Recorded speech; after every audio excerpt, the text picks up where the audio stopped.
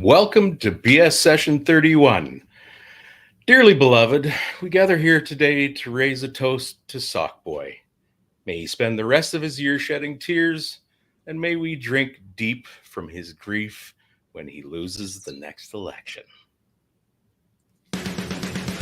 Because I have a shotgun and rifle that I use for, and 22 gauge that I use for ptarmigan, moose, and black bear. You're so dumb. You are really dumb. For real. You're listening to your weekly dose of BS, Ballistically Speaking. The Ballistically Speaking Podcast.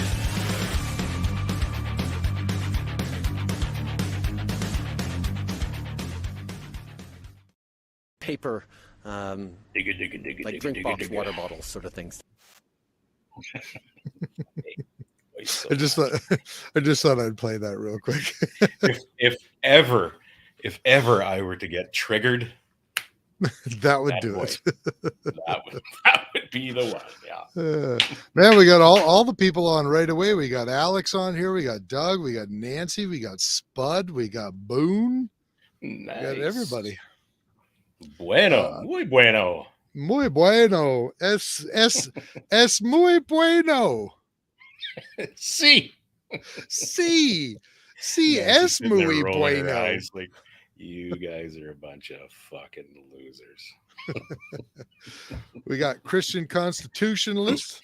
Congratulations to all of you in Canada land. Boy, I wish we could congratulate ourselves, but yes, it's a small win, unfortunately. And honestly, I think it was a planned win. I guess we'll get into that more as we go along, but I do think it was a planned win. I think so too. I think it's smoke and mirrors, to be honest. I think it was from the start. Yeah. Anyway, that's a bit of a discussion for a bit of a different time. You know what? I just want to start this out again. This show, as I did last show, check out the CCFR. Let's face it, they've been instrumental in this whole fight. No matter whether it is smoke and mirrors or not, they've been very effective as far as I'm concerned. They've launched a new website, scrapc21.ca.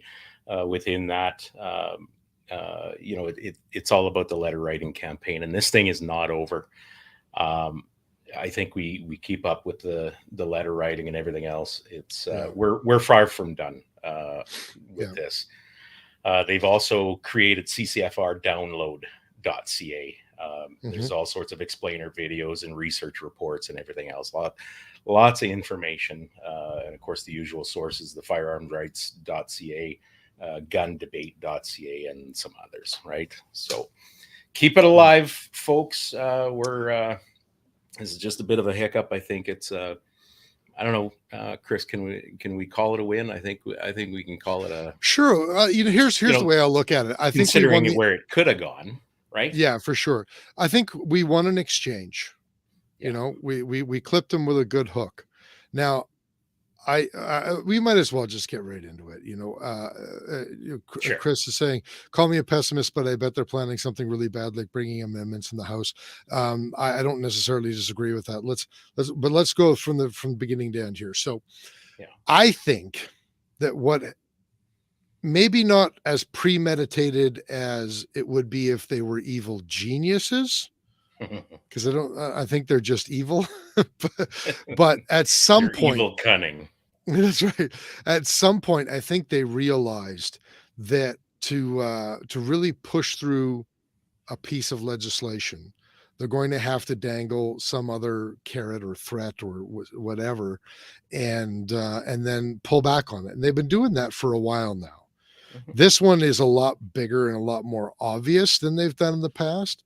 Yeah. But we've seen that for quite a while. So I think that what has happened here is they want to push through the handgun ban. They want it to go through. They got it through Parliament, and I think to create controversy, to create sound bites, and to distract, they added those amendments, and they know that those amendments are offside. I think that they were maybe testing the Conservatives and the ability under Polyev to mount a effective offense against something gun control. I think it was maybe a bit of a bait that they were hoping would be responded to the way that O'Toole did. And I think that they were hoping that they could catch Polyev saying something or taking a particular stance, cause him to back off of it, and do the exact same thing to Polyev what they did to O'Toole. Right. Yeah.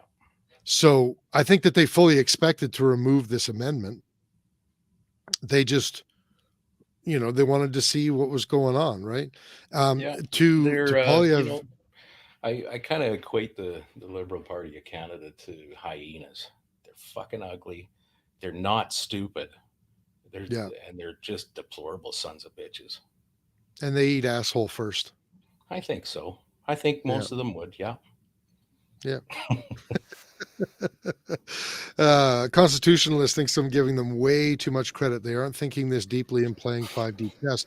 I have to disagree with that. I think that Trudeau's not. I think that Trudeau wouldn't know the difference between a chessboard and a checkerboard.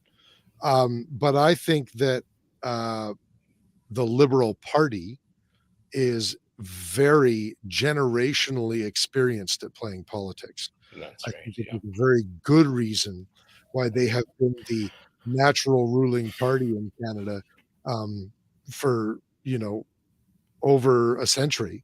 Well, you look at how this game is played, right? The opposition is always on its heels, on defense. What does that say about the effectiveness of the Liberal Party of Canada, right? Yeah, exactly. I mean, in that game only. For sure. I think that they're not particularly smart. I don't think that this government certainly is not good at governing. When it comes to governing, they're fucking terrible. It's not anymore. They'll write a piece of legislation in an evening and then try to push it through on bullshit and charm. But I think that one thing that they are very good at is political strategy.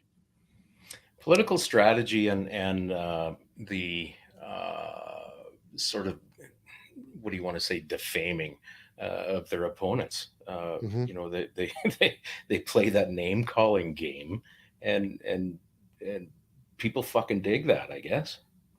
It's like a bunch of damn children.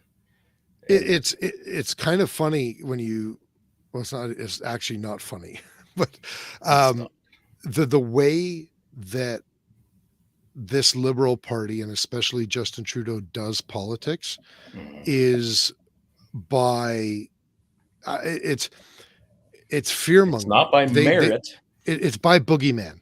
Right. Yeah. They create boogeymen, and they make people afraid of the boogeyman. And when people are afraid, they will react predictably. And I think that's what the Liberal Party does well. They are good at predicting the fear-based reactions and taking advantage of those. Yeah, and capitalize rather well. Yeah, for sure. And what I think is gross about that is, I mean, that's how Hitler ruled. That's how Mao ruled. That's how Xi Jinping rules right now. That's how Putin rules.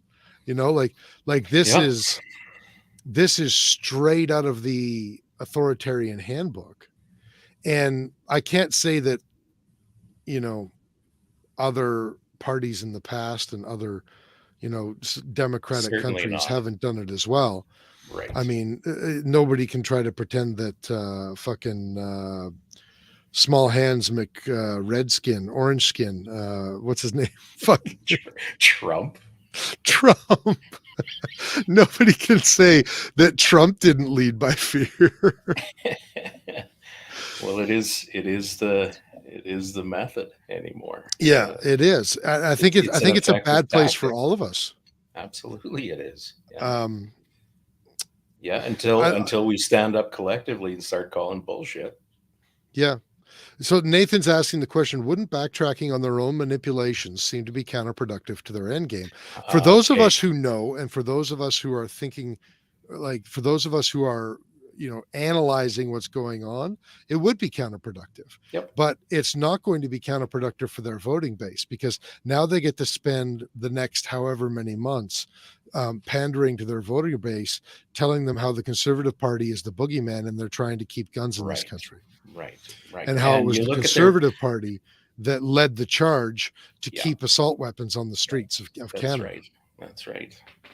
Yeah. And what is their primary objective with C-21? Like the amendments to C-21, they brought that up in such a flamboyant way, and drew attention away from the original bill. Yeah, really.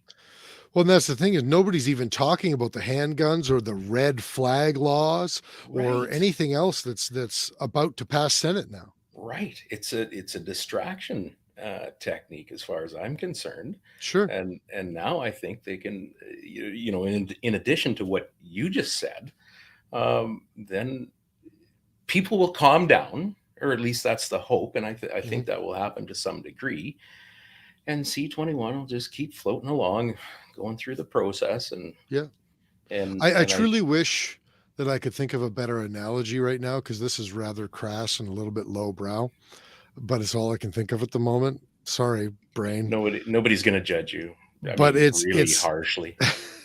What this is they're showing everybody the full 12 inches so that they can just sneak the tip in. Sure. And you sneak the tip in 12 times, you have the same result. Yeah. I mean, on paper. Kris is right about that. End game for them is no civilian ownership of firearms in Canada. I completely agree with that. I think that there's no question of that. Let's talk about the CPC, because Kris, you had made a comment earlier today when we first announced the show. I'm just going to highlight it here. You said, we didn't win anything yet. They may still reintroduce the changes in the House, and sport shooters are SOL. Not a single word about us from the CPC.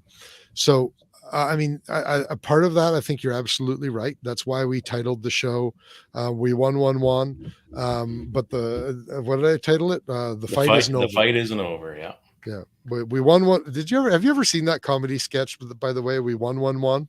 No, no, I'm sorry. It's this fucking comedian, and he does this skit where he's like, him and his buddy won, and they finally won a game of, I think it's like baseball or something like that. Okay. And then he just like plays it out like how he's talking to his buddy. He's like, won, we won. We finally won. We won. Anyway, I thought it was funny. So that's what I put as the title of the show. Everybody else is like, what the fuck is wrong with this guy? No idea, but it's good for a giggle once. Exactly. Anyways, back to what Kris was saying. I think he's right in that that we didn't win anything yet, and they're just going to bring this back in legislation in the next sitting and try to ram that through. But you had made the comment, Kris, that not a single word from the CPC, and that actually is not the case.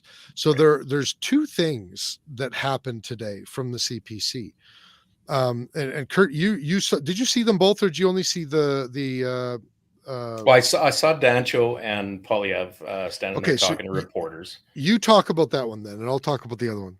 Well, Dancho went through what they witnessed, I guess, heard in that committee, and I watched a bit of that committee meeting, and she made damn sure that what that idiot was saying, he was retracting, is indeed what we needed to hear. So she talked about that a little bit, and then Polyev got up there, and the fucking questions from the reporters were just asinine and ridiculous. Well, how can you say that they're coming after all guns? Well, as a matter literally of fact, said you have no proof. You have no hard evidence, is what the reporter said. And well, let me read it for a third time. 2 months ago, he stated that yes, there are some guns that hunters use that we will have to take away. Now, please pay attention, you fucking retard. I wish he had said that. I really do. It would have been funny. What he did say though was something to the effect of there is evidence, you just haven't covered it, or something like that. Well, yeah, just you don't seem to want to cover it. Well, you just seem to want to cover it. They only hear what they want to hear to now specifically what Dancho said in her comments. She specifically said that she makes her announcement, and then she says that the fight isn't over because they're going to continue to come after everybody. Yeah, right. And that's what she said. It's simply a pause. They did both acknowledge that. Yes, and then she said that the CPC will continue to fight against the Liberal Party's bans and to continue to advocate for hunters and sport shooters. And she included sport shooters in her comments. Okay. Yeah. Now, so that's the first thing. This is just one box that fell off the delivery truck. Nobody, whatever. Yeah. And Polyev, unfortunately, he didn't say sport shooters. He said hunters and shooters. I think he meant to say sport shooters. Yeah. I think he meant to say it, but what he said was hunters and shooters. So that was their press conference today. But on Polyev's social media today, I think it just came out. I saw it today. So maybe the algorithm just showed it to me today, but I think that it was released today. It was a pre-recorded video of Polyev visiting a group of IPSC shooters. And I think they were at a BC. I want to say they were at a BC, but I don't know. Yeah, I can't remember, but that one actually came out I want to say a week or maybe a little bit more ago. Did it? Okay. So the algorithm just showed it to me today. That's right. But the video is specifically with IPSC handgun shooters. And, in the video, he's jokingly calling like a 45-year-old Filipino grandma national IPSC champion, a dangerous criminal or something like that. The International Practical Shooting. He said Federation. He said Federation. Yeah. But that's okay. That's all right. He's trying. But the point is that he made a video specifically with IPSC handgun shooters. That's right.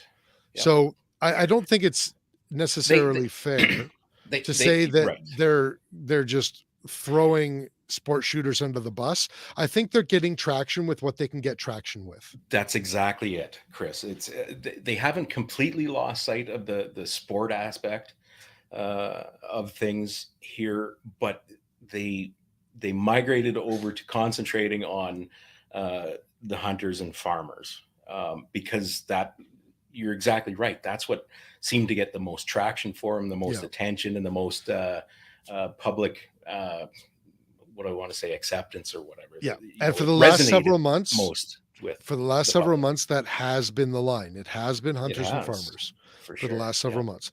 But so it's whatever tool is most effective. Yeah. For the time. Today he did specifically say hunters and shooters. He may have said hunters and farmers at a different point in the speech, but at least at one point he specifically said hunters and shooters. And Dancho did specifically say sport shooting, I think. Yeah. So Chris comes again with my hunter friends were celebrating today, which is fantastic. Almost like saying, we are safe. Screw you, sport shooters. Yeah. And I don't get new friends, Chris. Well, no. Educate your friends. Encourage your hunting friends to join in on this. And there's always been that divide. Yeah. And we fought hard here lately to get everyone together. Yeah. And for you've got to express to your buddies or the people that that are on the hunting side of things. And while nothing else really matters to us, you got to get them to realize that this is just a pause, a glitch. It's still on the goddamn list. when they were announcing it in CQ, fuckface, when he stood up and announced that the motion for the dismissal of the however the fuck they worded that, they specifically said that they will look at reintroducing it at a later time. Sure. Yeah. So I mean, I'm not sure how much evidence you need. Yeah, like that's the number one message for hunters. They specifically said we will look at reintroducing this at another time. And by the way, hunting rifles, some hunting rifles and some sport shooting rifles are the same fucking rifles. That's it. And even ones that aren't exactly the same rifles, there are many of them that are functionally the same rifles. Correct. They are inextricably linked. And if you've got, grandpa talking about, oh, well, they're not the same, I'm not taking a semi-automatic rifle hunting. Okay, cool. Like that doesn't mean that they're not used for hunting. And that doesn't mean that semi-autos in many cases aren't better for hunting certain types of animals. Yeah, that's true. That's just the reality. And if you've got a genuine FUD who, when you're telling him this sort of stuff, it's just like, yeah, well, I don't hunt with it, so I don't care. Well, then, like, okay, the fuck you then. Like, you're on your own. And you're on your own because you don't give a fuck about anybody else. Well, I'd like to agree with you fully, Chris, but I don't know that we can afford to do that anymore. I mean, if he's a complete lost cause after after trying to appeal to a broader sense of what's going on to that person, that he's still hard-headed and dismissive, then I guess, yeah. And really, that's what I'm talking about. Like, I'm not talking about the people who maybe don't realize or are willing. I know deep down in your heart, you don't like to say "fuck you" to anybody. No, deep down in my heart, I want to say that to most people. Okay. Whoa. Hey, everybody love everybody. No. Some people in this world need fist love. But I mean, honestly, though, if you sit down with a hunter and you explain the situation to him, and you explain how functionally and a lot of hunting rifles are identical, that functionally there's not a lot of difference between a Browning BAR and an AR-10 even. When it comes right down to it, if they're willing to listen to that, then all you can do is explain it to them and they'll figure it out. But if they're not willing to listen to that, you're banging your head against the wall, and you got to talk to the people that you can. Yeah, 100%. Yeah, it's kind of a sad state. It's a sense of relief, I think, right now for a lot little of people. bit, yeah. And you know what? We can celebrate a little bit. I think we have to celebrate the small wins, because the reality is, in this country, it's all we're going to ever get. That's right. We can celebrate, but do not take your eyes off of that prize. Yeah. Right. Okay, Doug, I did not say fist love. Wait, did I? Did I say fist love? Yes, I believe you did. Yeah. Oh, no. You know what? Listen, what Chris does on his own time, separated as much as we are, that is entirely, hey, I promise we're not here to judge. I promise I was not insinuating that type of fist love. I was insinuating loving someone in the face with your fist. Let's take a brief moment here to thank the people that make this all possible. Plus, we have some exciting things to talk about. Okay, but just before we pause for that, I have to wholeheartedly disagree with Chicho right now. A little fisting definitely has hurt many people. I would say so. Yes. Even the type that Doug was talking about. All right, let's yeah. All okay. right. Okay. On. So our feature sponsors tonight, among them are Odell Engineering. The geniuses behind the Canuck line of firearms. Odell Engineering is your premium importer and distributor of some of Canada's top brands of firearms, including Bergara, Rock Island Armory, Mission First Tactical Hyperfire, and of course, the Made for Canada Canuck firearms. Find their products and a supporting dealer at OdellEngineeringLTD.com, on Facebook at Odell Engineering Limited, or walk into your local gun store and tell them Phil sent you. Now, speaking of Phil, we were talking with him a lot at SHOT Show. You sure were. And one thing that he had told us is with everything that was going on, they were having trouble getting certain models of Bergara rifles into Canada. Yes. Notably the MG Light, which I know a lot of people are excited about.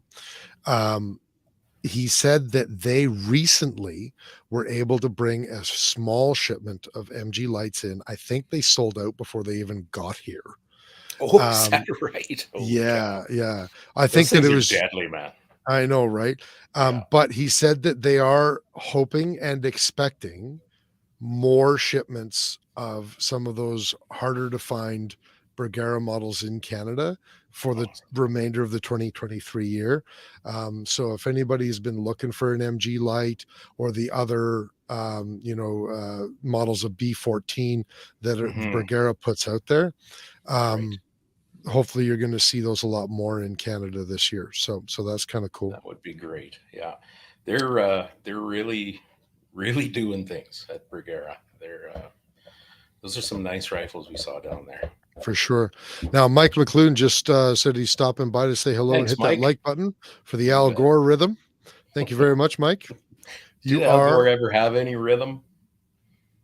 Not really. But Mike McLuhan is my hero of the moment. Excellent. Congratulations. I wish we had some No, it's okay. The moment has passed. Pardon me. We're also brought to you by Apex Optics, designed in Canada, built in Japan. Apex Optics are made with premium ED glass, resulting in the best optical system that money can buy. The Rival 4-32 competition rifle scope and the Summit series of binoculars and the Hunter hunting scope and the Edge LPVO feature super positive clicks, 2-turn indicator. This isn't true for the Summit binos. Zero stop, and one of the most thoroughly thought out reticles in the industry. Maybe you just came up with a next generation of binos. I think I should. When you buy Apex, precision comes standard. Find them at apexoptics.co and yes. Oh, are they doing until midnight Mountain Time? Yes. Okay. Yes. So currently it is 6:30 p.m. Mountain Time as I am saying this. Correct. Until midnight Mountain Time. So for 5.5 more hours, you can still get discounts on pre-orders for the Hunter and Edge scopes, which were announced at SHOT Show, which we looked through and we put a video out, and holy cow, wet the pants. Yes. They're just amazing. And they're offering $100 off each of those rifle scopes. It apparently happens automatically when you put it into your cart off of the website. Yeah, no promo code needed. Yeah. Although you can use the promo code FREESHIP2023 to get free shipping. Okay, there you go.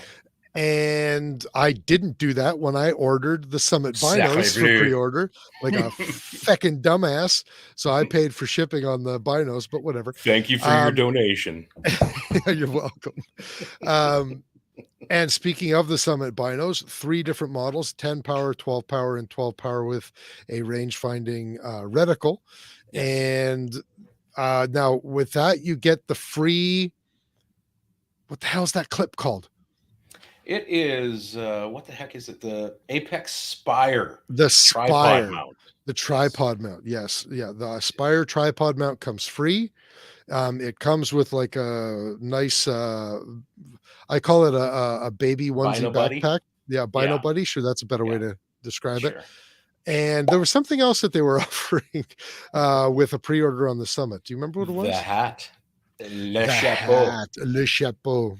Mm-hmm. Oui. Je ne parle pas français.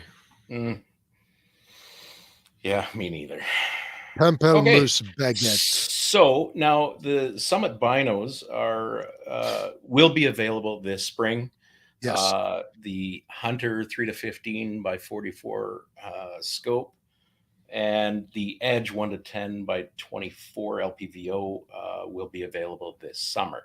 Yeah. So a little bit further out for the scope. Super excited for those binos. Shit, no kidding. I've seen them now at 3 different trade shows. We saw their original prototypes at the Calgary Gun Show last year, and I was like, oh, need a pair. And I was looking through them and playing around with them. And then I started saving for them. And then I saw them again at Tacticom Tacticom, TACCOM, and I was playing around with them at TACCOM and looking through them, and I'm like, oh, I really want these. And then I was playing around with them again in Vegas at SHOT Show. Now I finally get to pre-order them. So I'm a happy boy. Right. And somebody was giving me shit for spending $800 after taxes and shipping on a pair of binos, but I don't know, man. There's $4,000 binos out there right now, so I think I'm doing okay for $800. This may be a little bit ill-timed or misplaced, but are we going to the Calgary Gun Show? You know, speaking of Apex, we haven't had our AGM, I guess. No, Carly asked me if we were going, and I've got the thing, but we need to talk about that because yeah, I don't know, Calgary Gun Show. You guys gotta welcome, join the 21st century, folks. Well, when we can't have food or coffee at our table and we can't film anything, and exactly, we're a fucking podcast. Fingerprint at the door. Yeah. So we're last year we're trying to report, we're trying to do interviews with some of the vendors that were there, and they kept coming up to us and like, can't record in here. We're like, well, why can't we record in here? Like we're a fucking. And here's Chris, 6'7" Chris, going, the fuck I can't. No, I was being nice. I saw you. But that like, frail little 73-year-old man who weighed $130. I did say to him, I was like, why? It's a public trade show. Why can't I record here? Well, some of the vendors don't want to be on video. I'm like, okay, well, I'm not recording them. I'm specifically recording the vendors that do want to be on video. Plus, I'm pretty sure there's no expectation of privacy when you are a vendor at a public trade show. Right. Yeah. Did I yell that? Did I use my outside voice for that? I think you did a little bit. But, anyway, I would like to go to the Calgary Gun Show, assuming that somebody from the gun show is not watching us right now and now not going to approve our application. Because it is nice seeing, you know, all the public from Calgary that come up and want to chat with us. So I think we should, but TBD, I guess. TBD. Okay. All right. So let's get through the rest of it and back onto our regular scheduled programming. EM Precision Rifles in Leduc, Alberta, building Canada's finest precision rifles.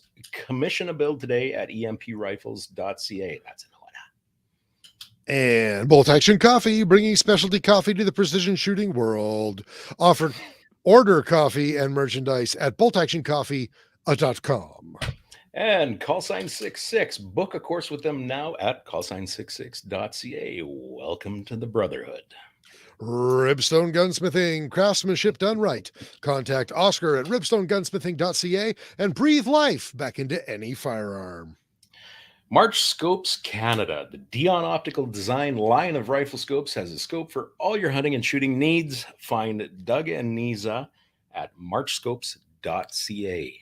I want to go back to Oscar with Ribstone for just a second here. What Oscar needs to do is start up a YouTube channel, and he needs to start doing one of those gun restoral, you know, those ASMR gun restoral videos. Yeah. That he could make a fortune off of that.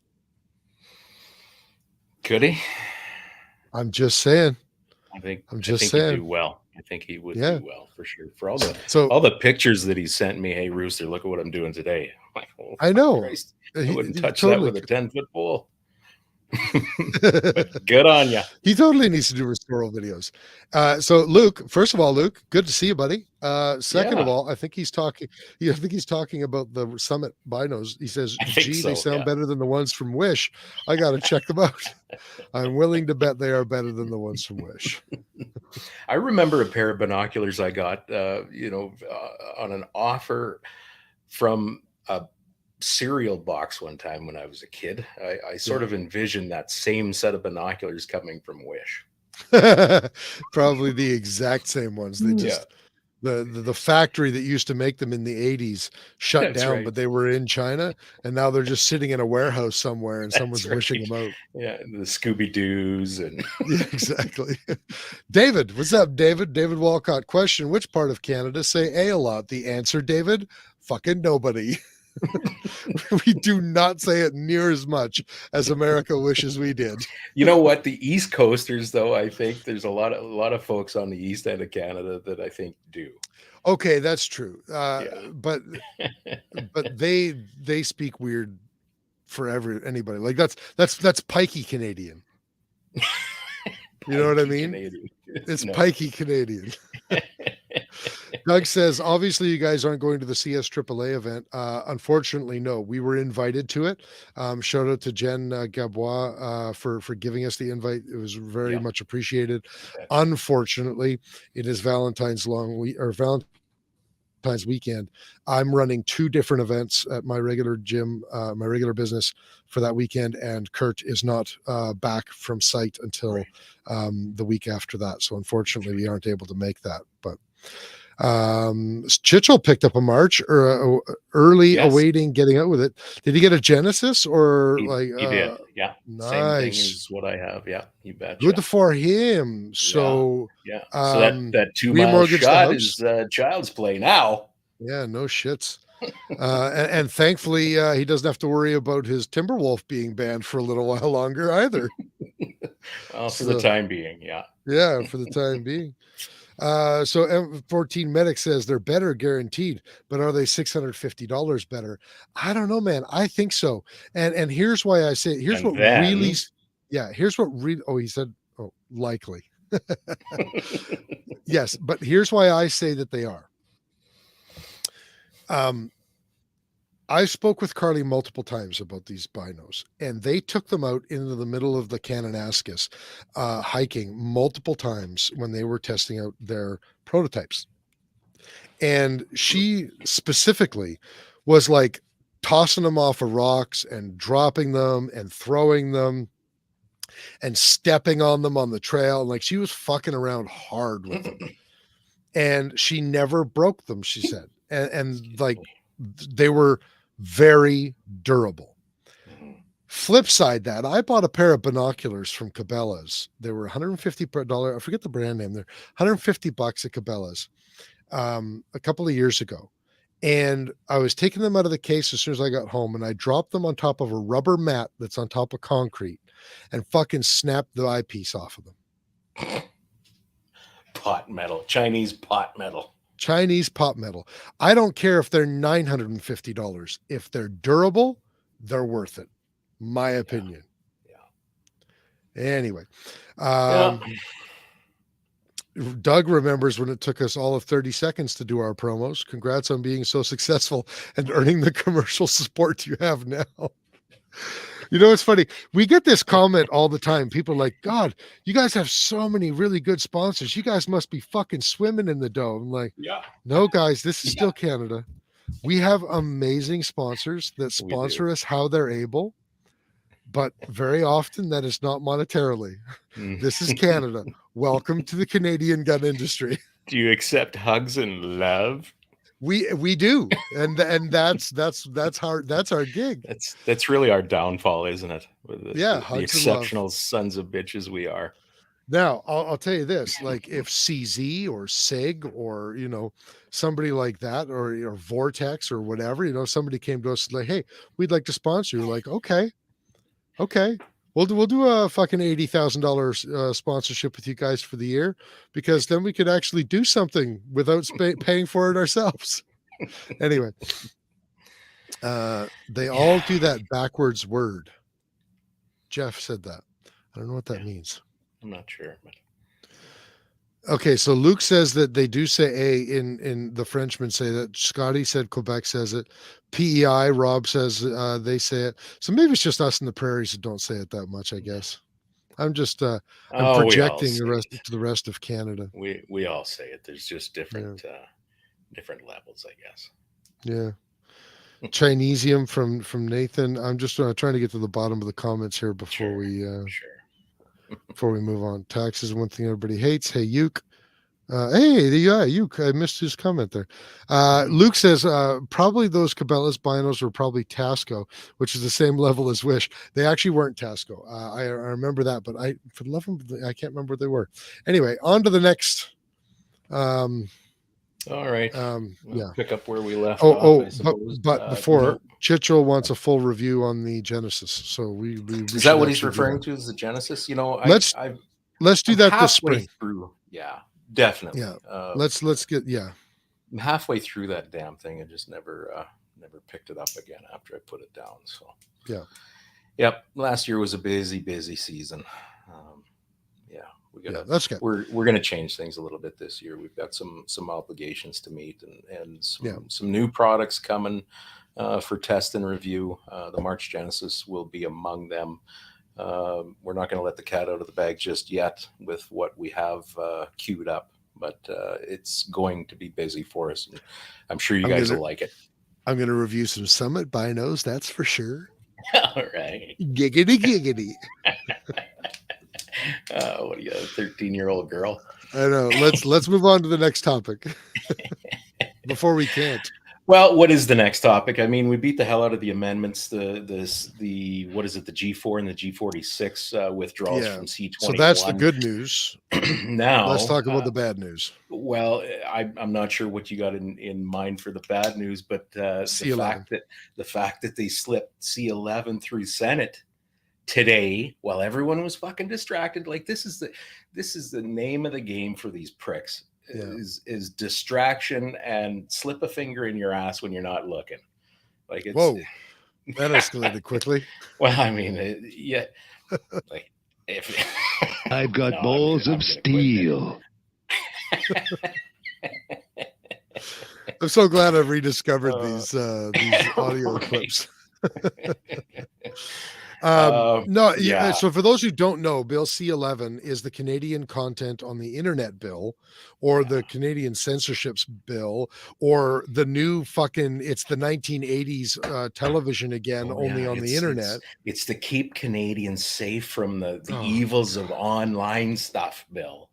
That's just fucking. Yeah. So those of you who are old enough, I mean, that original bill with the CRTC, that was from the late 60s, wasn't it? Yeah, it's quite old.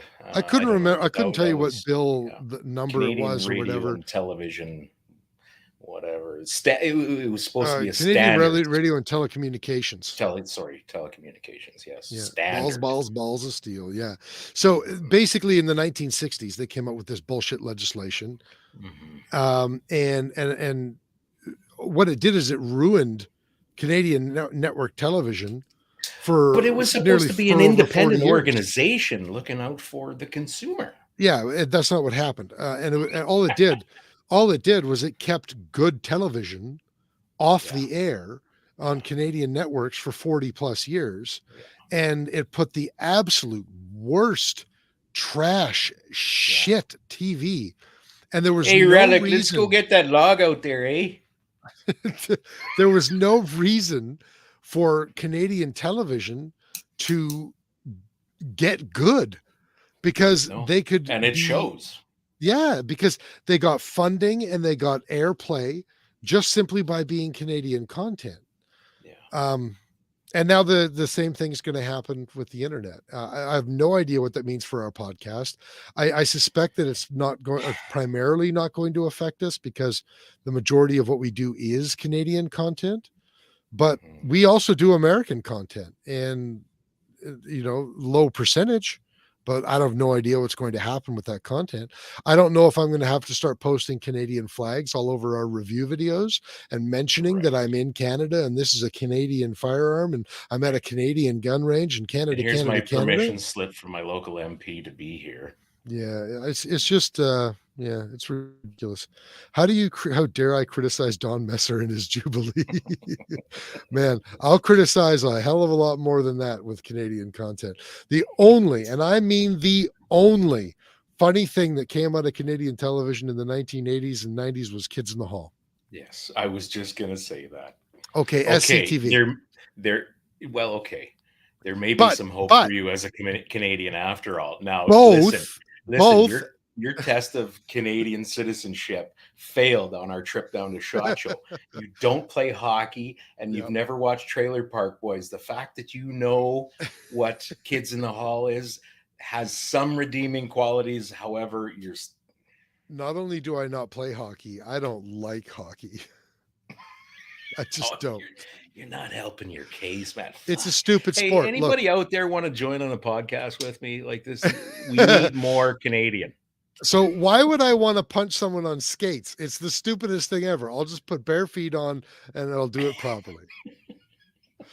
Imagine the challenge for you, Chris.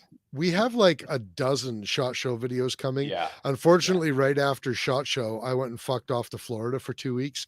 So we do have more of those coming. Mr. Dress Up was like, okay, as a kid, Mr. Dress Up was fine. Sesame Street, blah, blah, blah, blah, blah.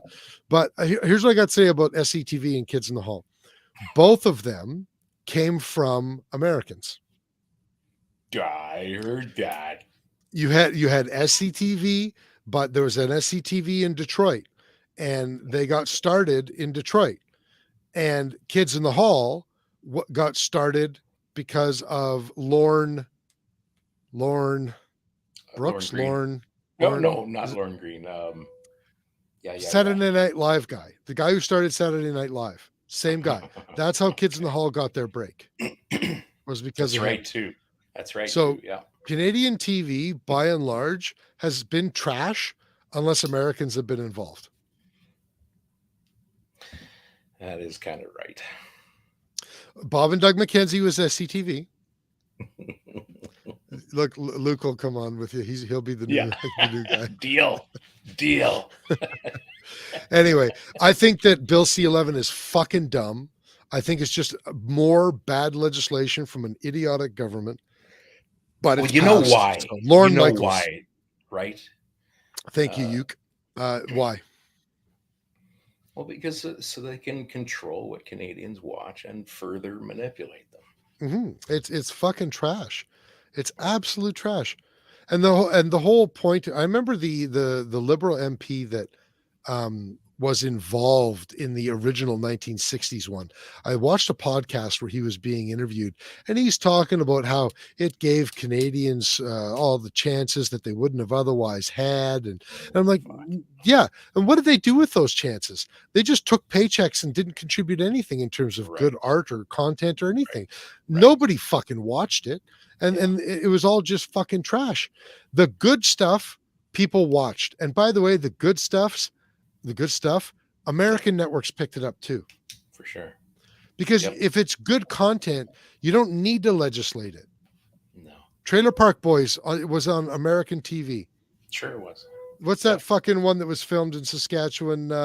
Corner Gas was picked up on American TV. That's true. That is very true, actually. Yeah. Schitt's Creek was picked up on American TV. Yep. Kids in the Hall was picked up. SCTV was picked up. Like if it's on American TV, then it's gonna get picked up if it's good content. So. you Kaikazi, you can keep Alanis Morissette and Justin Bieber. We claim Avril Lavigne as our own, though. She's chained up in my basement. He's only saying that because she's cute. She is kind of cute, but yeah, you know what? I don't think anybody wants Alanis Morissette or Justin Bieber. No. You ought to know.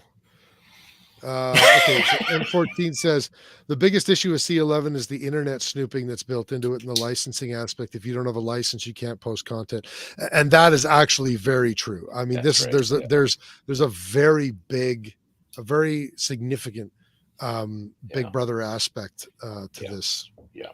Super Dave, Luke, Super Dave. Super Dave was picked up on American, wasn't it? Bizarre. He may have started on SCTV, but. The Super Dave Osborne show was picked up on American networks. Oh, was that right? I didn't know that. Yeah, and all the good Canadian shows were. Yeah, at least C20 or C11 is getting some pushback. With some, but it doesn't matter. It's passed. No, I suppose. Well, it's like past the Senate. There's another step beyond this. I think it needs royal assent. That's it. That's it, and then they'll get it. Unfucking-leavable. You can't do that you can't say that on television, or you can't do that on television. Right. Picked up on an American network. Sesame Street, picked up on an American network. Yeah. Should I go on?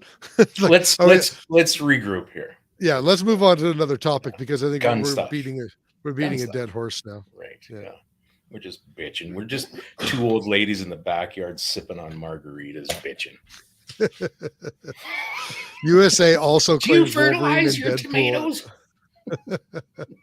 So David says that the USA also claims Wolverine and Deadpool as honorary Americans. So first of all, Wolverine, the character, is Canadian. Go fuck yourself. The actor that plays Deadpool is Canadian, although you can fucking have him. And yeah, that's all I got to say about that. Okay. That may be what he was getting at anyway. It might be. Yeah. What's our next topic here? SHOT Show, right? Yeah. There were a lot of really cool products that were announced at SHOT Show that are coming out for Canada that we should, just mention. Don't you think? Do you have a list? God. And let's There's just so go much off. to see. Yeah, let's just go off the top of our head. So first of all, we've already talked about everything coming out from Apex. Yeah. Sterling Arms, they weren't at SHOT Show, but Sterling Arms has now announced that they're coming out with an upgraded handguard for the R18 that has an Arca rail and a full Picatinny top. The thermal Holosun red dot. I don't know. Do you know? No, not personally. I've seen it. There were a few guys that had it posted on Instagram, and that I didn't personally see it there, but I have heard a few things. No idea what the tag on it is, Scotty. Yeah, me neither. Unfortunately, it's a hell of a cool idea. Ben last week was talking about a lot of the thermal and night vision stuff, the technology. But I mean, Ben's head is more in the military type stuff, not necessarily anything that the everyday Canadian shooter can get. Yeah, Canadian application changes readily. A little bit. Yeah.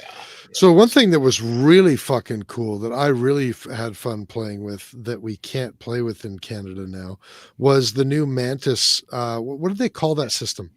Mantis X10. No. The one for the AR. The bear something. The honey badger, the red bear, the red sun hair bear.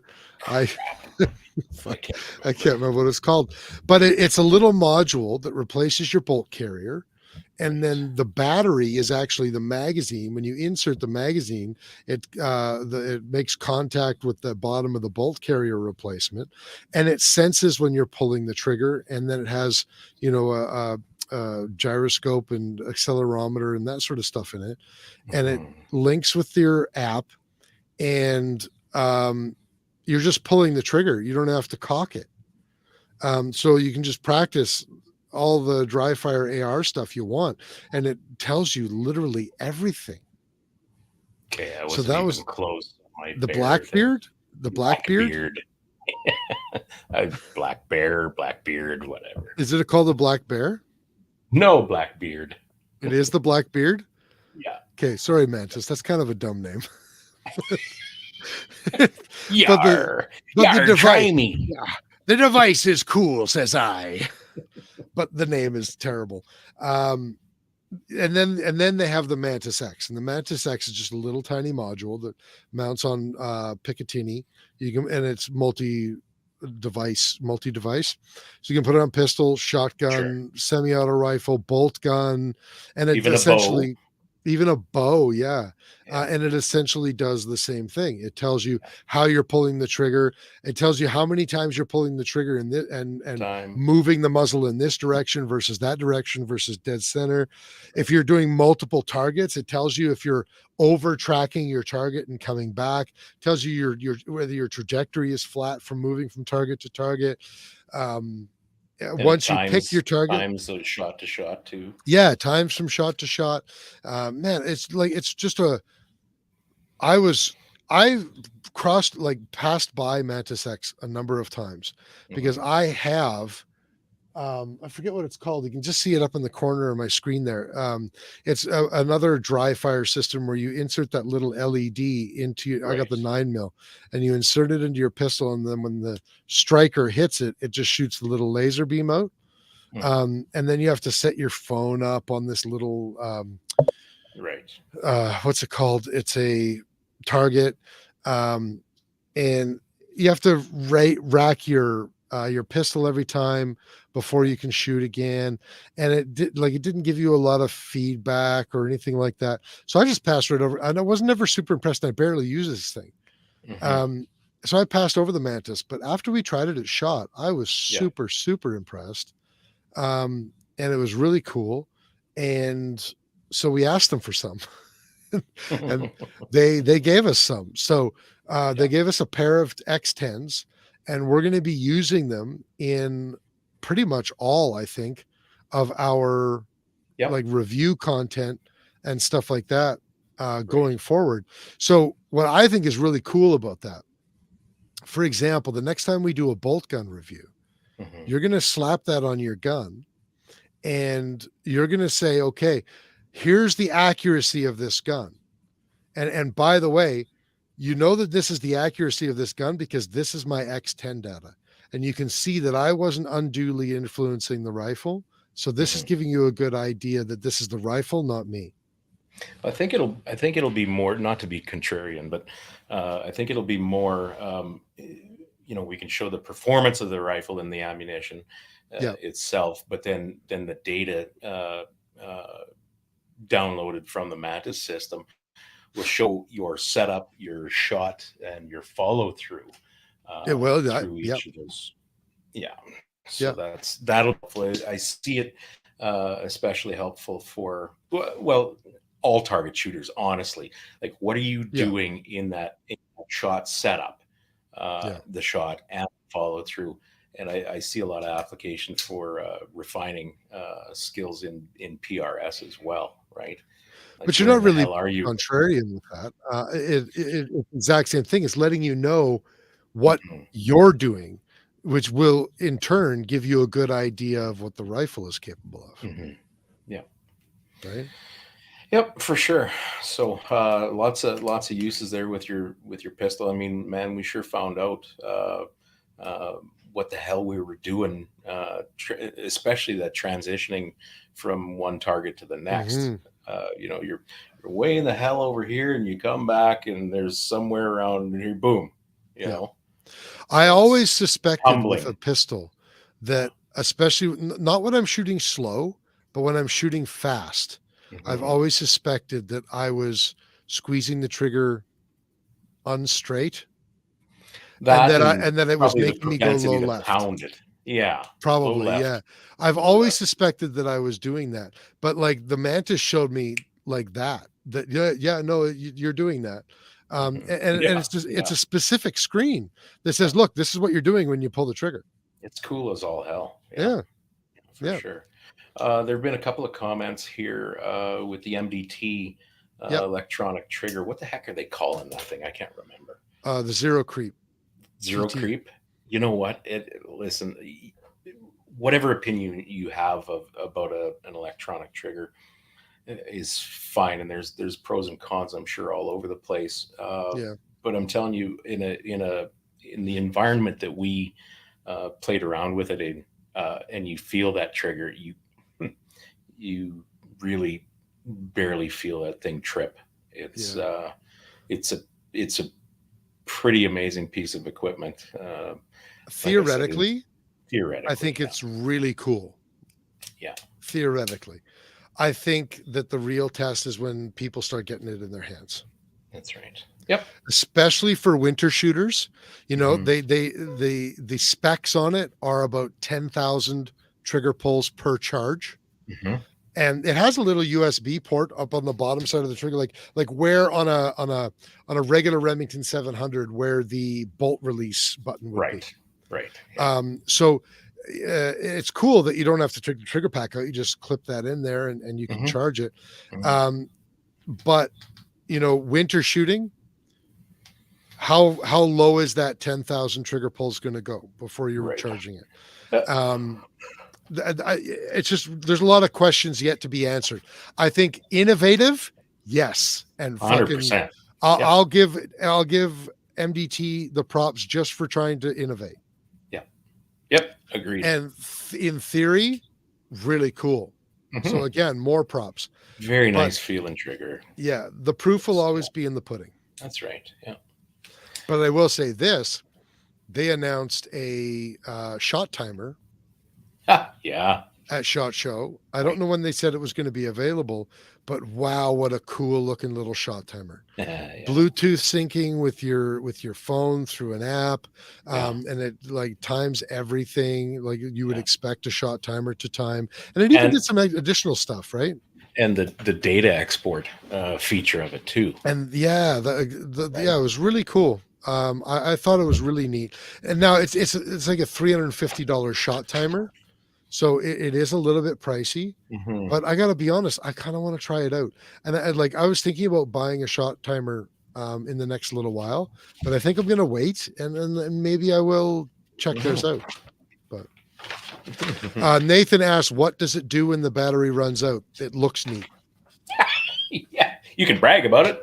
I mean, the fact that you have one. It is incapable of doing anything. We asked Ryan about that at SHOT Show. It is incapable of doing anything when the battery runs out. Right. So I really think it's one of those things that if you're using it, it's like you use it and you charge it that night and then, go. But it also seems like the type of thing that all you need is a little portable battery pack. You could charge it on site. M14 medic. Bluetooth trigger of Wi-Fi. Huh? So you can get it to fire when you're away from the blind dropping a dookie. That is a very specific scenario. I hear a ban coming up. Yeah. Yeah. See, they do fire by themselves. Here's another new product. Yes. Doug says, I have the new Tandem Cross Manticore trigger pack in my new 1022 build. It has 0 take up, about 1 mil of over travel. I have the trigger weight dialed down to about 1.5 pounds, and it feels magical. So I don't know how more an electronic trigger will help me. Well, they don't make the TT in 1022 anyways, but I understand what you're saying. And now I don't know why, but the Manticore they had at SHOT Show was set super heavy. It was probably like 7 or 8 Yeah, it pounds. kind of was. Yeah. I don't know why they had it set heavy, because obviously you can dial it down. But I will say you're right. There was like nothing for creep. Very good reset. And honestly, I think the trigger is the least impressive part about that thing. I think the bi-directional of that pack. yeah, the bi-directional magazine release was fucking primo. Yeah. And their bolt hold open button, the extended bolt hold open button was amazing.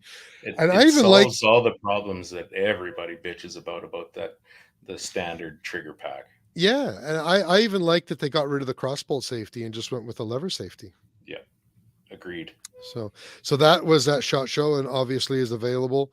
Sean Germanrud asked us to go to Tandem Cross. I'm glad that he did, and I'm glad we went.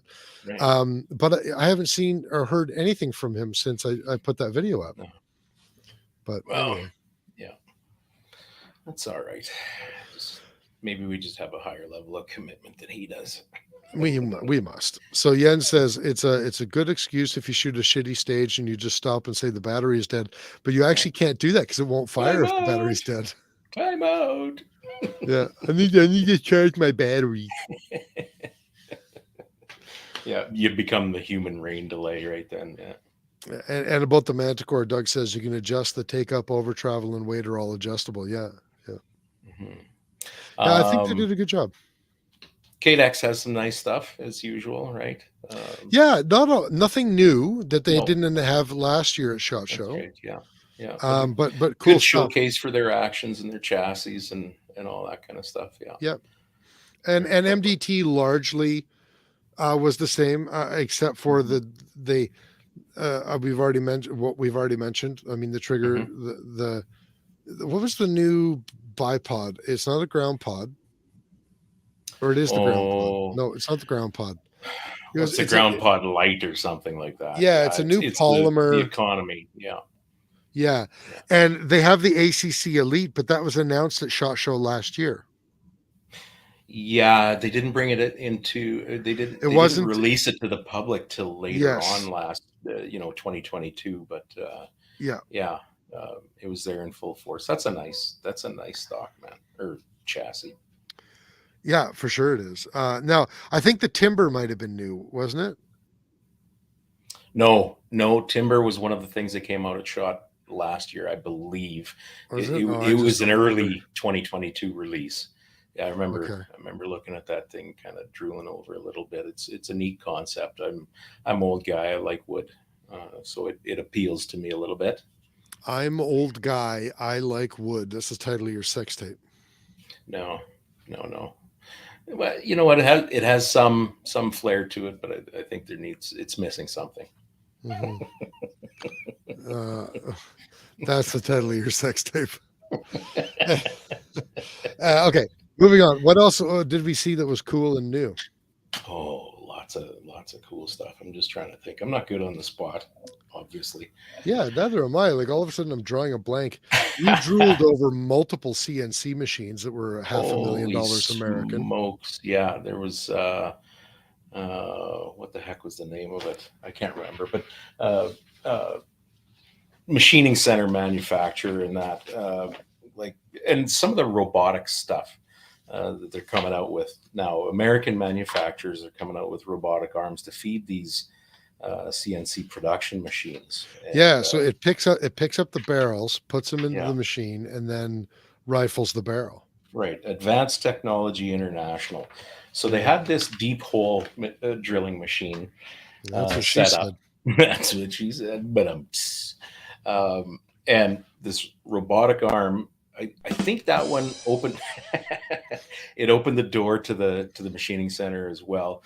Went Yeah. over, picked up a chunk of round bar, Yeah. and put it in the machine. Now it's a 4-head machine, 4 collets in there, and 4 drills. Mhm. And it I think the capability of it was 34 inch or something like that. I think And I think that's what he said. Yeah.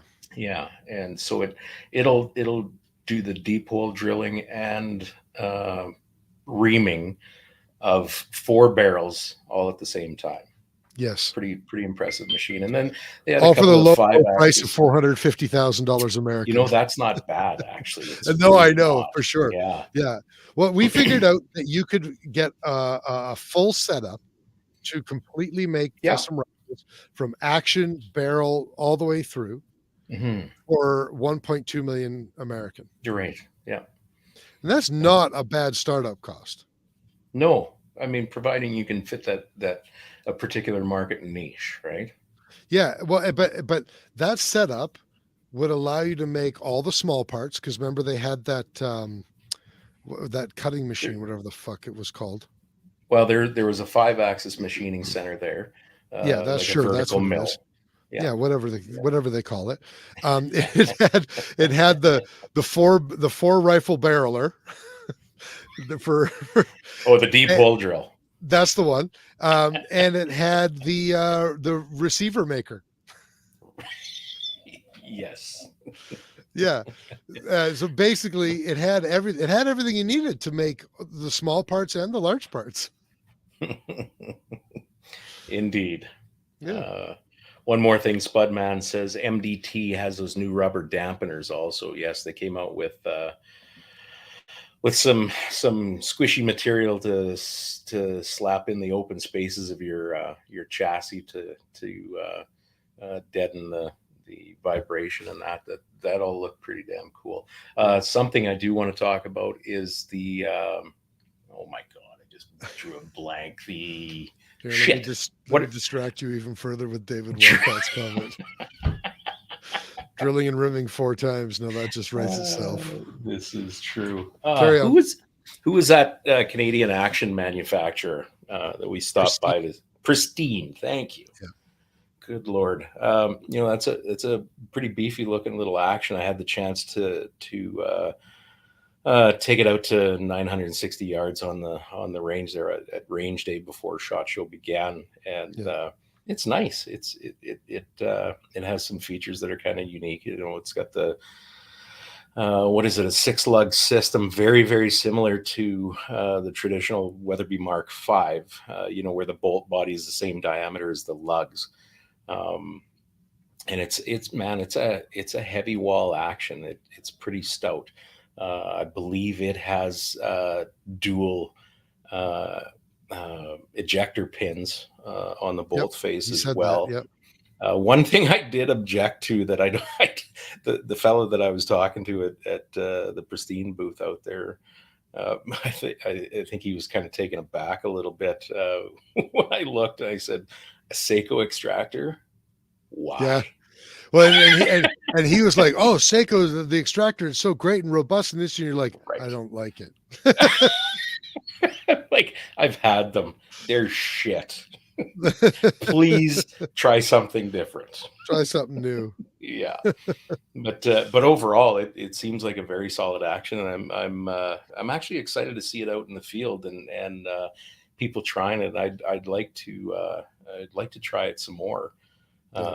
And get some personal use with it and see. We have to get those guys spooled up for the podcast here and get their take on things. Agree. But it's any new piece of equipment coming from Canadian manufacturers, I think, is a good thing. Yeah, just give it a chance, no matter what. Yeah.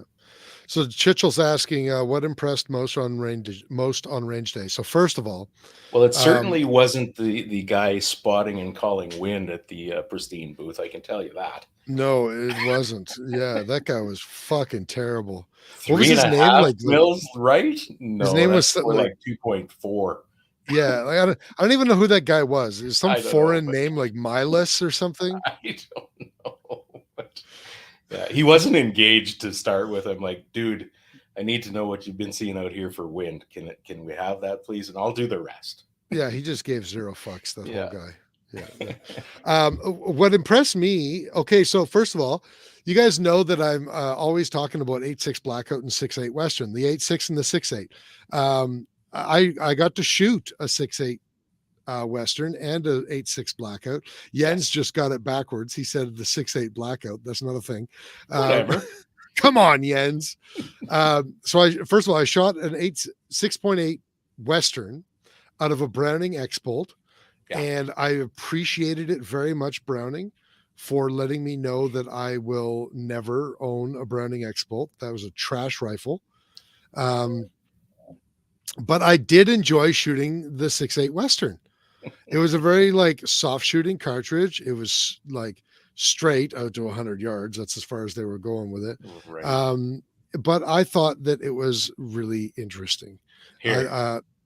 This about sums up Chris's impression of the Browning rifles. Okay, hold on. Let me maximize you. Oh, hold on. Let me. Okay, here we go. Yeah. How did my head look so big in that photo? Well, I'll tell you. I have an idea about that. Okay. It's because you tilted the camera. Is that big? I think you tilted the camera when you took the photo. So that's a photo of me at the Browning booth. That was after I shot the 6.8 Western, and I'm just running the bolt on the X bolt that they had there. And I was saying this is fucking garbage. And he just took a fucking photo of it. And the trigger was bad. We will never have Browning on the show, I guess. Now. I guess there goes our sponsorship for 80K. But hey, you know what? Doesn't matter. Winchester is co-opting the 6.8 Western, so let's just get Wedge Winchester on the show. There you go. Yeah. So we didn't spend 8.6 Blackout. Okay, I shot it. Yes, I loved it. You did. I want it. Yeah, I know. I knew you would. Yeah. Where's this? And at range day, we narrowly avoided an incident. Oh, are you just watching YouTube videos? No, I'm watching you videos. What are you watching me for? Because, well, you know what? I have. Oh, you're watching me shooting the 8.6 Blackout? Here, let me maximize you again here. There we go. Yeah, that was shooting the 8.6 Blackout out of a bolt gun. Yeah, a little patience here. You'll hear it shoot again. Yeah. Am I going to shoot again? Yes, just patience. Okay, there we go. Okay, here we go. That bolt did not run nice, by the way. That was Faxon's own receiver, Right. and I wasn't super impressed with it.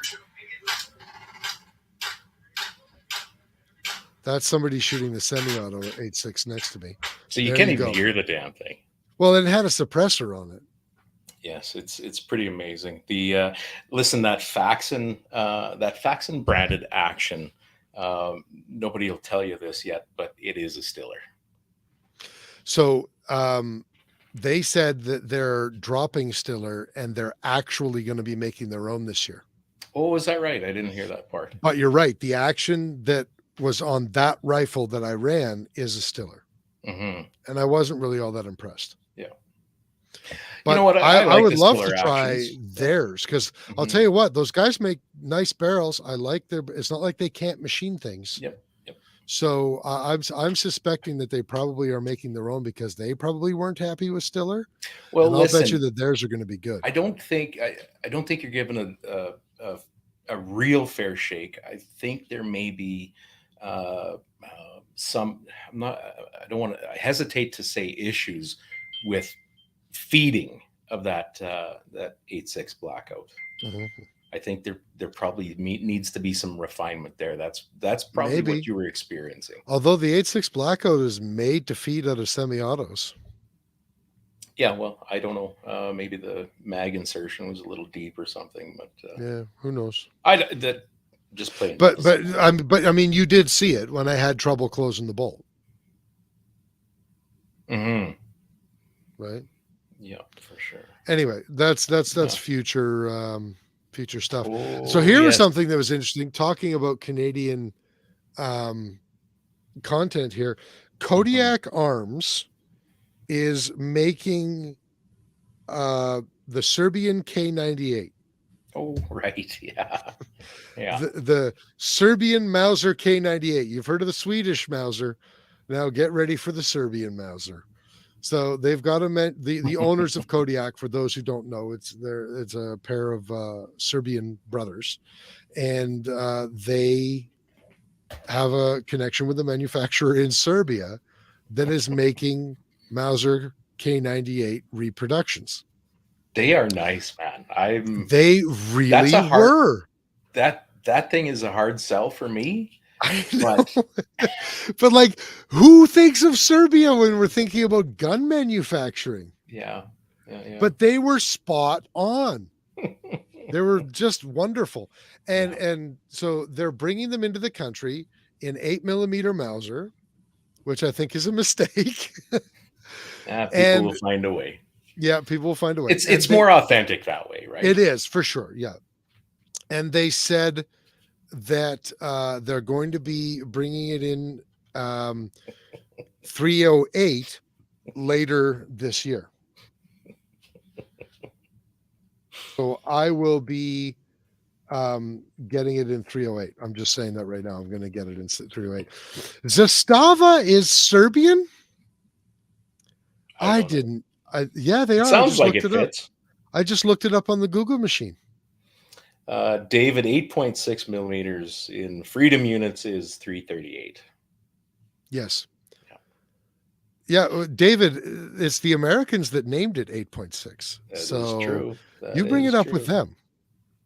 Scotty says 6'5". He wants 6'5" man 6'5" man bun in the car 98.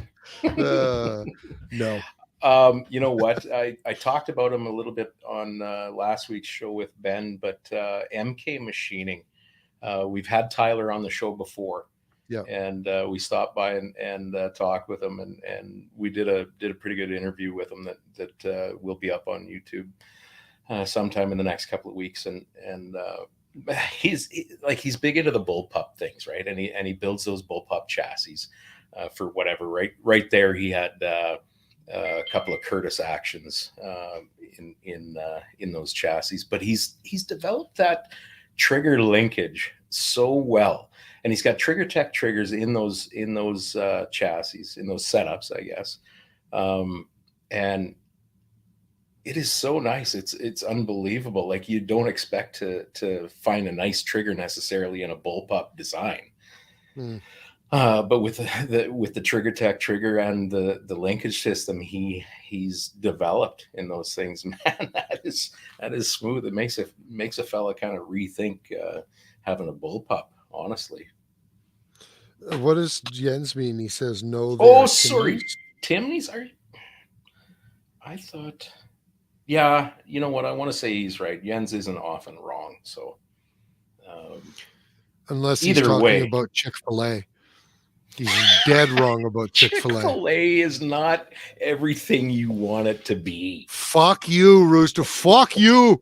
It's just less greasy KFC. You motherfucker. You motherfucker. What are you going to do? What are you going to do? Huh? I'm coming out of the booth. So I go to Florida. So, okay, here's something for all the Americans out there. I try to enlighten these uncultured fucking Canadian and Germans by taking them to. It's not beef, okay? It's not beef. By trying to take them to Chick-fil-A while we were in Vegas. And you did so successfully. I'm sitting here, I'm eating the nuggets, I'm eating my spicy chicken deluxe, and I'm like, he's got a fucking steamer. Eating this shit, and Jens and I are looking at each other like, fuck, I don't want to be in the same room. These guys are like, not that great. I'm like, you motherfuckers. So then I go to Florida right after that, and I take my team out to Chick-fil-A, and they're like, holy fuck, when can we come back here? And I'm like, see, that just proves it. These guys don't know what they're talking about. Fucking Jens and Rooster have no taste buds left. Jens grew up eating fucking stale bread and cookies, and fucking Kurt's too old. His taste buds are all geriatric now. Hashtag FCF. Fuck Chick-fil-A.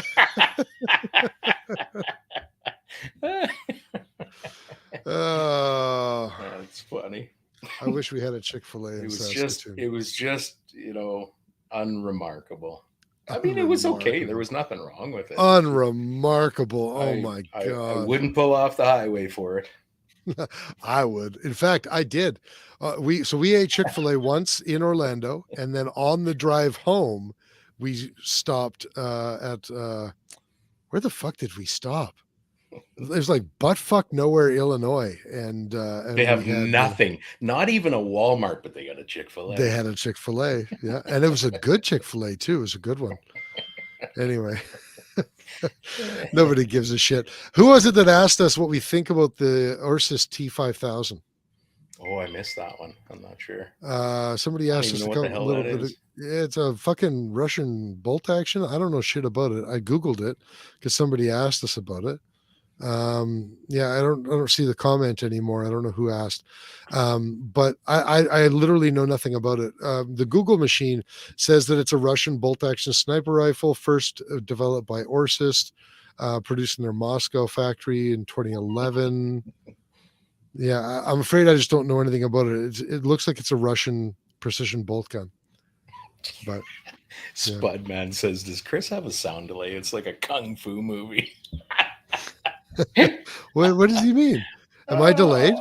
Yeah. Oh. I don't know why, but that tickles me to the bone. Why didn't you tell me I've been delayed? We're fucking an hour and 22 minutes into the show. It's almost over. What? It's distracting watching you. I can't do it. There's glare, there's veins that I don't want to see. It's just this big round fucking thing with veins on it. It's not my game, man. Oh, fuck you guys. Fuck all of you. We have listen, we have at least a decent technical question here. I think is up your alley. Okay. All right. From Ustock, general question is having to remove the handguard and gas block to remove the piston and reapplying Loctite on the gas block screws recommended every 1,500 rounds for cleaning in the manual. On what? on a T5000? Probably not. Oh, no. For the new BCL Siberian. Okay, unknown. Almost nobody has a Siberian right now. He's doing them in 50 rifle lots. So I'm hoping he'll step that up now that the announcement for C21 is out. I honestly don't know. I don't have any experience with the Siberian's gas system. I know the Siberian's gas system is different than both the Kodiak and Spectre's rifles. I think it's a two-piece piston, two-piece. Trying to remember back when I interviewed Rob back at TACOM. Now I can't remember, Right. but it is better than, at least theoretically, it should be better than the other guys. I am not aware of anyone having to Loctite anything on it, but there's not a lot of people that have actually got it in their hands either. So TBD, I guess. I have not Loctited my Kodiaks either. So I hear a lot of people do. I haven't. I haven't needed to. Yeah, I agree with that. People Loctite the shit out of everything. I genuinely don't. Maybe people just have weak, girlish hands and they can't tighten screws. I don't understand. It seems to be either end of that spectrum, right? They don't know how much torque to put on it, and they usually don't put enough, or they're ham-fisted and screw fucking everything. Yeah. Now, if he's asking if Rob Rob's the owner of Black Creek, if Rob is saying that you have to do that every 1,500 rounds, that is what he's saying. Recommended every 1,500 rounds for cleaning in the manual. Oh no, I don't like that at all. And that's what he's asking. No, I don't. No. If you have to Loctite your gun, come on. I understand people wanting to for certain different reasons, whatever. But if the manual is saying that in order to have the gun function properly, you need to Loctite it every 1,500 rounds, I don't think that that's a good thing. I'm surprised to hear that. I'm very surprised. A little bit, yeah. And a little disappointed. Now, I've only met Rob once, talked to him a couple of times. But I'll be honest with you, I get the feeling that he might just be like overboarding, and he seems like the kind of guy who would be like, okay, I know the other guys had this problem, I want to head this off at the pass, so I'm just going to tell everybody to do this even if they don't really have to. I would hope that that's the case. I really would. Well, listen, aside from the Loctite thing, but going through your rifle and like really going through your rifle and checking out the critical screws and stuff like that, shouldn't that be part of your regular maintenance routine anyway? Tightening them or Loctiting them? Loctite aside, going through your rifle, making sure all your critical screws are tight where they need to be, all that kind of stuff. Yeah, no, 100% should be part of your regular maintenance. The Loctite part of it, I don't agree with there. There's seems to me there's some tolerances or something there's something strange that could maybe use some work. I'm not sure. I would love to. Unfortunately, I don't have much of a relationship with Rob, but I would love to try and get an answer to that as to whether he's just recommending that because people have had problems in other 180 platforms. And so he just like, go ahead. I'm just going to like head them off at the pass, or if that's actually a thing. If it's actually a thing, I gotta be honest, I don't like that. I just don't. Well, I'm really sorry to hear that. Tafe Nightwolf is who asked about the T5000 rifle. Right. He said he used it in Iraq, and he said it is a very good rifle. I'm interested to know in what capacity were you using a Russian bolt-action sniper rifle in Iraq? That's very interesting to me. I would love it if you comment on that. Doug says, "Fuck the Loctite. I just carry a pocket full of extra screws." Doug, come on. I'm not sure that's the answer. Listen, we all know, Doug, that's for the plates in your legs and your arms and your head. It's like the bolts here. Yeah. It's not cool, bro. Not cool, bro. And and they're talking about Loctite in the chat. Yeah, red is you need to heat remove it. Blue, sometimes they say you can add heat to it, but sometimes you don't even need heat to remove it. I use it against ISIS in war. Which country were you serving with, Tafe?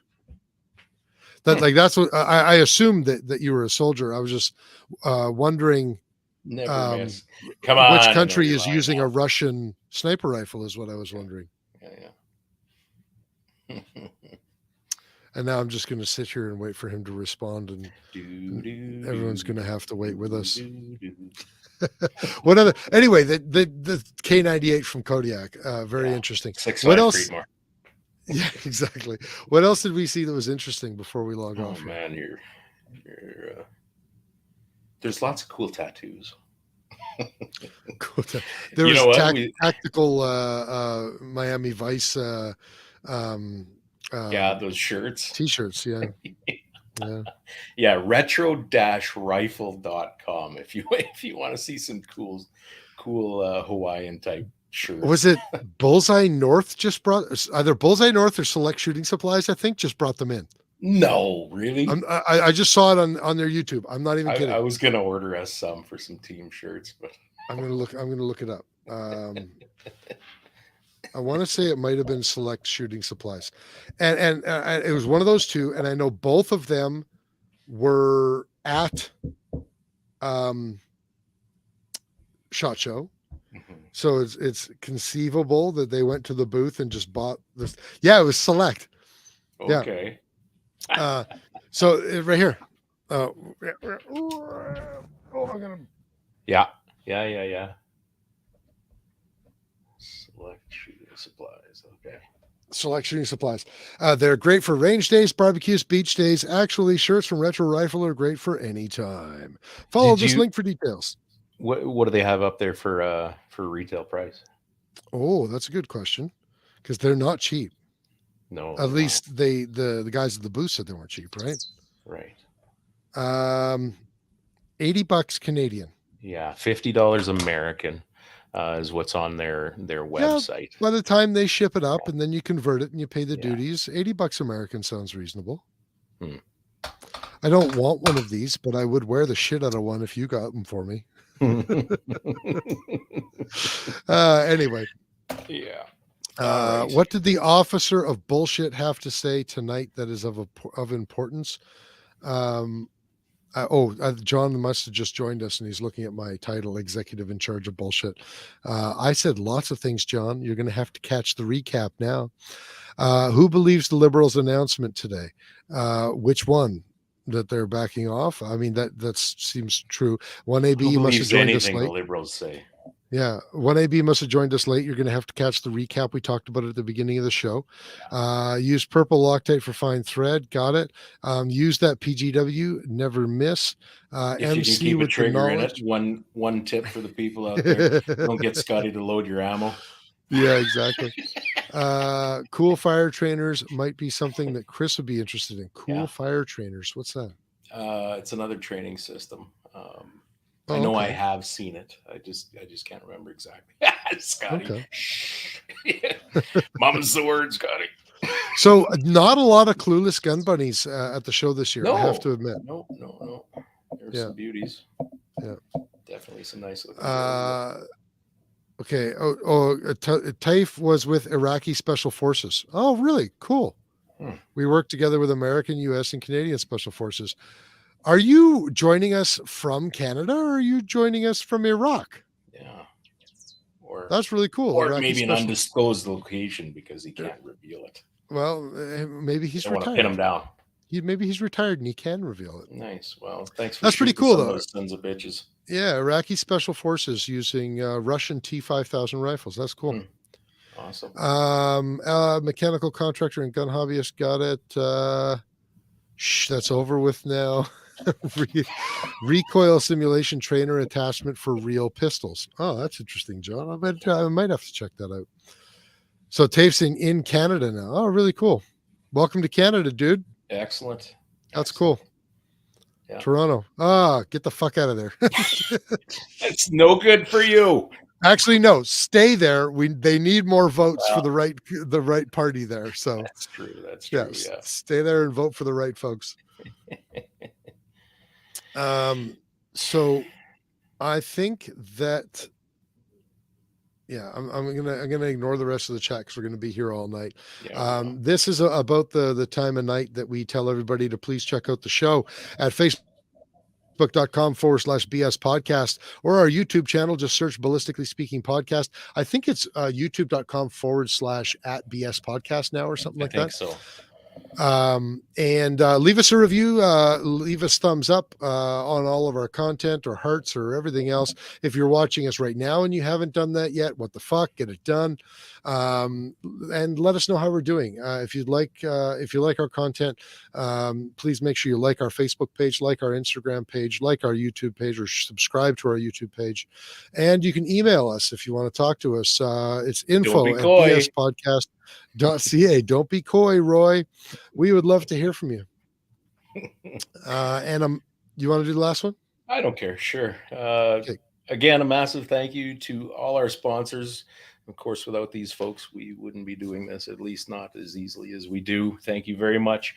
Shane and Steve with EM Precision Rifles, Miles, Carrie, and Cappy with call sign 66, Duncan and Rob at Bolt Action Coffee, Phil Odell at Odell Engineering and his gang, Doug and Niza with March Scopes Canada, Vanya and Carly with Apex Optics. And again, check out their pre-order sale for their new releases today, ending at midnight today. And finally, Oscar with Ribstone Gunsmithing. You just saw that? Hashtag FCF. Fuck Chick-fil-A. All right, carry on. Nope. Thank you an immeasurable amount to all our sponsors and all of you who show up here every week to listen to this horse shit. Absolutely. So we are doing our best to get our the rest of our SHOT Show content up. This is what happens when you have a part-time Canadian podcast. So McChicken for the win. Scotty Chitchell. Jesus fucking Christ. Okay, I need to go now. He's a refined guy. He drinks red wine at dinner, out of a box. Oh, a wise guy, eh? All right, that's all I can take of this shit. We'll see everybody next week. But some of these bullets, as you saw, have an incendiary device on the tip of it, which is a heat-seeking device. What you just said is one of the most insanely idiotic things I have ever heard. Everyone in this room is now dumber for having listened to it. Welcome to your weekly dose of BS, the Ballistically Speaking podcast.